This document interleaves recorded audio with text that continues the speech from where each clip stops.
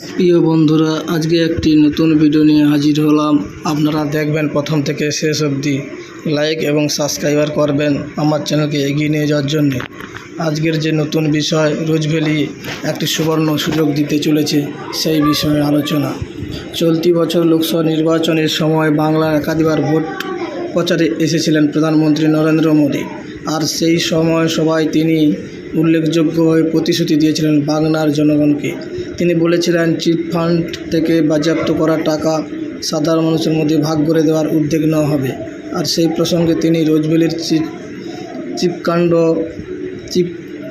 Fund কাণ্ডে পশ্চিমবঙ্গে ঘটা দুর্নীতিগুলির মধ্যে ছিল অন্যতম।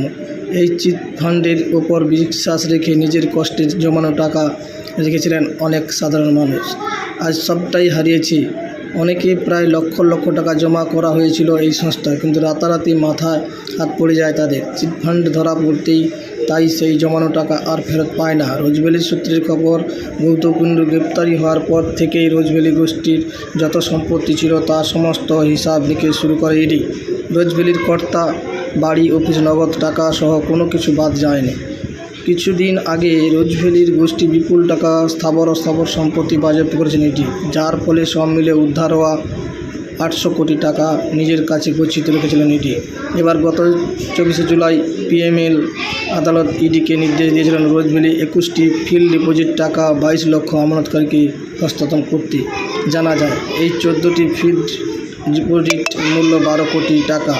খুচিতে আমানতকারীরা জানা যাচ্ছে খুব শীঘ্রই ইডি নিয়ে এই অনলাইনে আবেদন জমা নিতে পারে। এছাড়া অনলাইনে টাকা ফেরানোর উদ্যোগ নেওয়া হবে।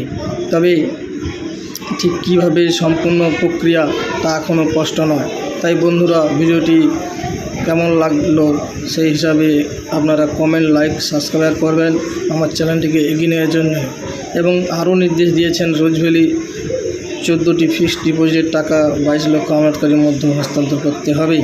যা খুশিতে আমানতকারীরা আনন্দিত হয়ে আছেন যে টাকা ফেরত পাওয়ার আশায়, এবং আবেদনও অলরেডি শুরু করতে বলা হয়েছে। এর পাশাপাশি 2টি মামলার জামিন গৌতম কুণ্ডু।